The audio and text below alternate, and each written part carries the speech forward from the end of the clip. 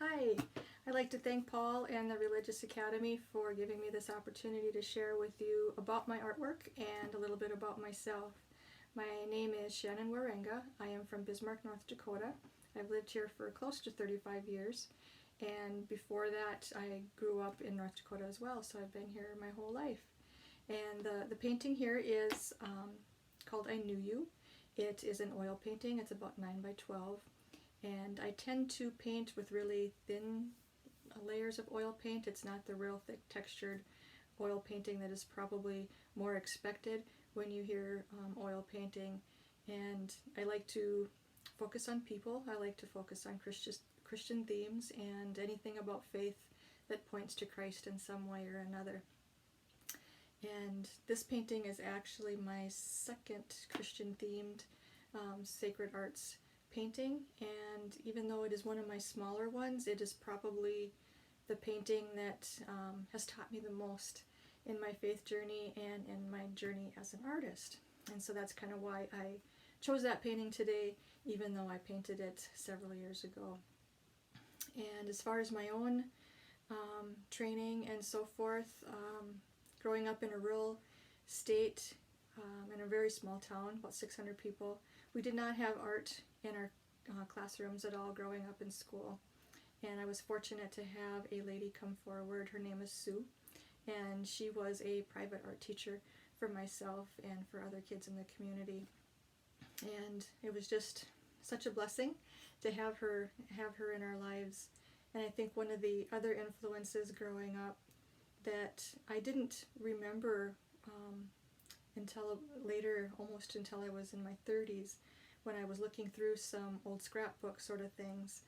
I thought that painting with Christian themes was a later in life adult decision after my faith walk grew in a tremendous way.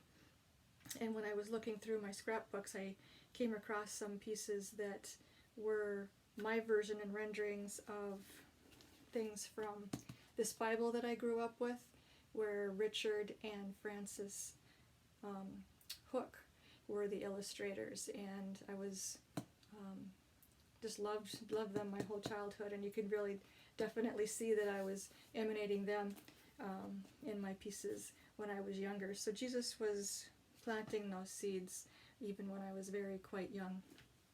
And after high school, I went to commercial art. Nowadays it's called graphic art, but I went to commercial art instead of fine art because I wanted to get through the program a little bit quicker than 4 years, and so I chose the graphic design route here in town. I then became a freelance artist, and my focus was on calligraphy and hand-done signs and banners. And back then, I was probably almost 2 years out of college before computers hit the scene, and so back then everything was done by hand. And I have a art room set up downstairs, and I was able to do the freelance here from home while I was taking care of the kids at the same time, which was a huge, huge blessing, and we were very fortunate to be able to do that. And what might be of interest is that this is my second Christian themed painting. The painting that I did right before this was the very first painting after 10 years of not painting at all. I was so focused on my freelance and on raising the kids that I just didn't take the time to paint. And I was feeling the pull back to paint, and I wanted to paint, and I wasn't really sure where to start, how to go about it. And I received a catalog in the mail. It was one of those Christian Bible bookstore type catalogs, and there had some prints in there that were so heartwarming, and I knew immediately this is what I wanted to do. And so I immediately went into prayer. I remember very distinctly standing in front of my big 4x8 art table downstairs that I did all my big paper banners on, and when I closed my eyes, I had this visual of a little boy walking with Jesus, only it was more of a silhouette. And at the time, I was wishing that God had filled in the details a little bit more for me. But as time went on, I've come to realize that God appreciates the process, and He knows how important it is for us to go through that process and to have an appreciation for it as well. And so I look back on it with quite a smile now. And that painting, through the encouragement of a pastor, led to this painting. And the pastor had commented using an image and donating it to a pro-life organization to see if they might be able to use it in some way. And I immediately remembered a photograph that I had of my husband and my daughter, which is in this exact same pose, and thought that that would probably be more touching than even my first painting that I had done. And so I had to do some tweaking, like I had to turn my husband's blonde hair into brown hair, and of course make his hair a little bit longer, and then add the wound in the hand and so forth, and some other little tweaks here and there. But this is actually a rendering from a photograph, and I do that a lot. I do a lot of most of my renderings from photos, and my family has gotten quite familiar with me asking them to pose for me. Even my nephews, and everybody's in on it by now, so it's really common right now. So after doing this painting and presenting it to the pro-life ministries, boy, let me tell you, the life lessons that this painting has taken me on, things that I never thought in a million years. I remember back to when I was in CYO, in youth group in high school, and our youth group leaders, they were a married couple, and they were asking all of us, how can you use your talents for the church, and how can you use your talents for the community? And in thinking about the church in particular, even back in the 80s, you know, the churches had gone away from stained glass windows and gone away from statues and decorations of those sorts of things. And I just kind of got sarcastic, and I said, you know, what, am I going to do a painting that's on the wall on the way to the bathroom? I was just being a snot. And so God reminds me of that quite often because of what's happened with this painting, because it's been on billboards, it's been on blankets and postcards, and even on trucks and so forth. And we've got testimonies from people who have said that they were literally on a way to an abortion clinic. They were very unsettled about it, and they just needed that extra little nudge to change their minds, and it just so happens that they saw a billboard with this on it, and that's what changed their mind. And so there's little feet running this earth that probably wouldn't have otherwise, and it just gives me chills to think about it, because, I mean, who would ever think, for example, that a painting could save a life? I never had that thought in my mind ever. And you hope, but we hoped that when the ministries started to use it, but to hear that it actually happened is quite wonderful. And there was also a woman who had called me from California, and this is one of those situations where this was years after all the things that she was about to tell me had happened, and I just think about I wonder how many other things have happened that I didn't know about. And her story is quite interesting too.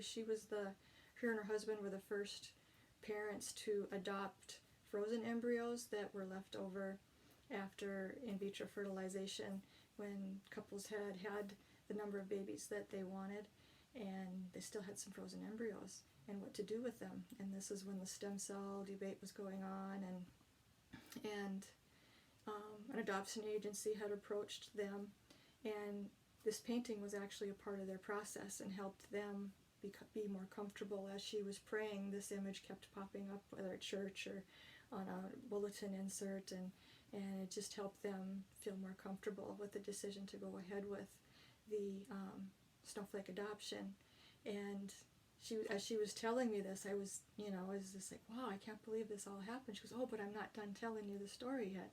And as it turned out, she was interviewed by Dr. Dobson from Focus on the Family, and because she was on that radio interview, her and Dr. Dobson got to know each other really well, and he became godfather to their firstborn.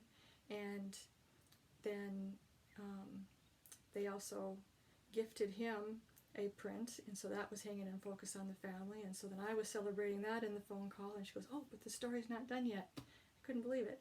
So she said that that interview ended up leading her to be in a congressional hearing during the stem cell research debate. And she said that when she was giving her testimony about how they're adopting and that sort of thing, after the testimonies were done and the hearing was done, she handed each of the congressmen and women a postcard, and as it turns out, that postcard had this image on it, and I about fell off my chair. It's like, you gotta be kidding. So yeah, I just felt like I needed to share that story and just encourage you all. You just don't know in what ways God is using your art. And I was very fortunate for her to call me out of the blue and tell me that. She didn't have to call me that day. I could still be sitting here and have no idea that that even happened. And so it just really opens my mind to the possibilities, and I just wanted to share it so that you thought of that as well. There was one time I was feeling discouraged, and I was asking the Lord, you know, kind of comparing to other artists and feeling less than everybody else, and he really got a hold of my spirit and asked me, well, how many people are on this earth? And he goes, now multiply that by their number, by their personalities. Now take that number and multiply that by the number of moods they have throughout the day. He goes, I need that many artists to reach out to all of those people in all those different situations, and it is one of those things that I go back to quite a lot and think about that as well. So this painting has taught me an awful lot about the definition success. It's not about dollars and cents at all. You know, we all need to pay the bills. I mean, I'm not saying that, but success has definitely a different definition to me now, and I am ever so grateful for that.